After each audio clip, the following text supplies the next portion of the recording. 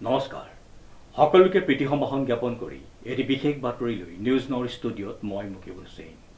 39তম যোৰহাট জিলা weight lifting power lifting body building আৰু arm wrestling প্ৰতিযোগিতাৰ বঁটা বিতৰণী অনুষ্ঠান সম্পন্ন নিউজ নৰ্থ বিশেষ প্ৰতিবেদন 39তম যোৰহাট জিলা weight lifting power lifting body lifting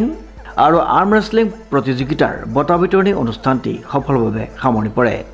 উল্লেখযোগ্য যে গত 24, 25 আৰু 26 তাৰিখে গোলাঘাট আঠখিলীয়া নামঘৰৰ প্ৰাংগণত অনুষ্ঠিত হৈছিল উক্ত প্ৰতিযোগিতাখনি যুৱক যুৱতী উভয় শাখাতে অনুষ্ঠিত হোৱা প্ৰতিযোগিতাখনিত প্ৰায় শতাধিক প্ৰতিযোগীৰ অংশগ্ৰহণ পৰিলক্ষিত কৰা হয়